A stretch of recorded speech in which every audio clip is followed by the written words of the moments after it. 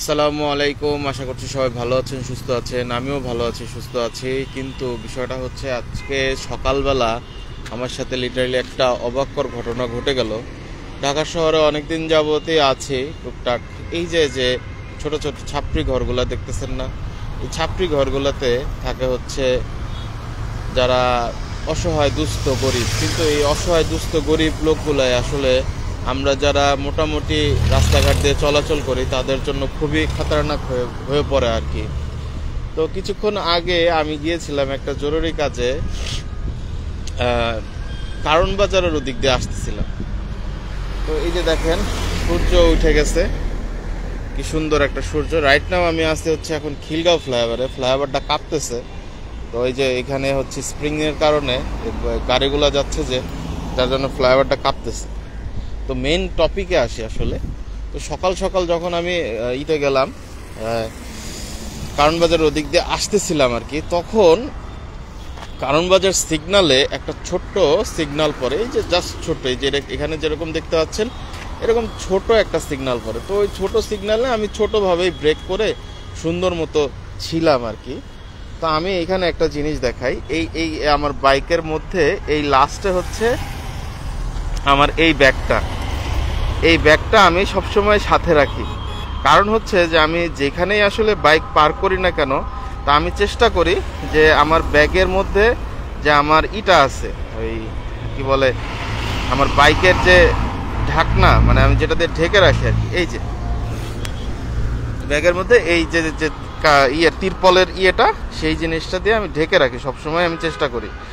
এবং আমি সবসময় এই ব্যাগটা একটা দুইটা প্যাচ দিয়ে, এবং ব্যাগটা যাতে খুব টাইটলি এখানে থাকে সেই জন্য আমি এই জিনিসটা একদম খুব টাইট করে লাগানোর চেষ্টা করি এবং রাখিও তাই আলটিমেটলি। কিন্তু আজকে সকালবেলা যে ঘটনাটা ঘটছে সেটা হচ্ছে যে ওই যেখানে বললাম যে কারণ বাজার ওইখানে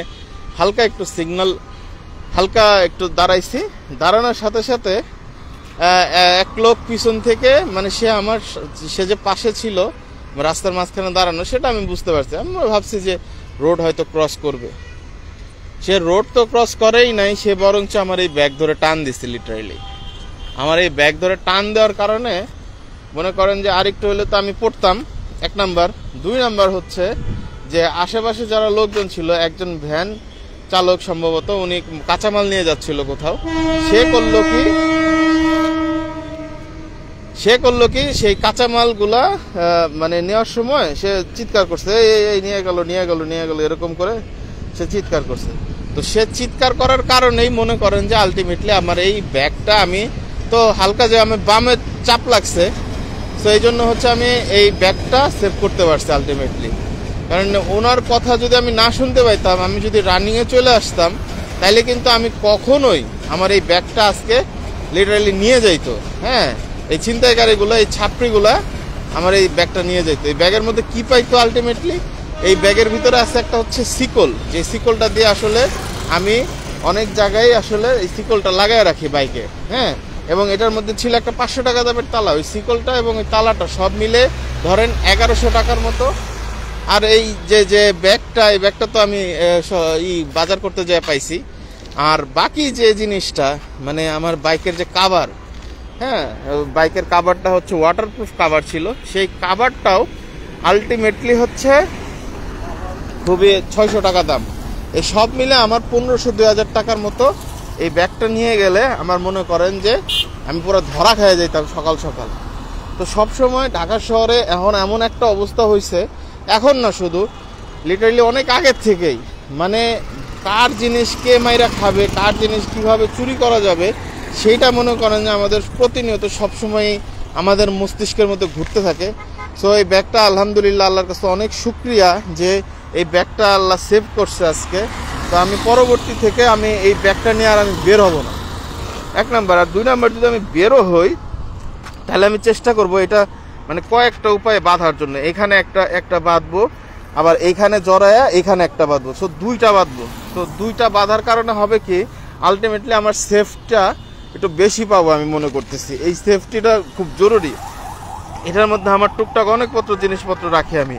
ইমার্জেন্সির সময়ে আমি যখন বাজার টাজারে যাই, তখন এই ব্যাগের মধ্যে করে আমি টুকটাক বাজার টাজারও নিয়ে আমি বাসায় যাইতে পারি। হ্যাঁ, বাসায় যেতে পারি, তখন আসলে মনে করেন যে এই ব্যাগটা আমার খুব জরুরি হয়ে পড়ে। তো এই ব্যাগটা আমার প্রয়োজন, এই জন্য আমি রাখি। অনেকে বলতে পারেন যে ব্যাগটা সাথে রাখেন না, তাইলেই তো হয়। কিন্তু ভাই বিশ্বাস করেন আর নাই করেন, কারণ বাজার ইতে রেলগেট বা কারণ বাজার ওই এরিয়া মানে এত ভয়ঙ্কর রকম অবস্থা, প্রত্যেকটা জায়গায় এরকম টুকটাক ভয়ানক রকম অবস্থা থাকে আছে। কিন্তু আলহামদুলিল্লাহ, আল্লাহর কাছে অনেক শুকরিয়া যে ব্যাগটা আসলে সেফ হয়েছে। সো সবাই ভালো থাকবেন, সুস্থ থাকবেন, নিজের নিরাপত্তা এবং নিজের পরিবারের নিরাপত্তা নিয়ে রাখবেন, চেষ্টা করবেন আর কি। সো এই কামনা আজকের মতো এখানে লাইভ সেশনটা শেষ করছি। বাসায় যাই, বাসায় যেয়ে তারপরে দেখি কি করা যায়। দোয়া রাখবেন। আসসালামু আলাইকুম রহমতুল্লাহ।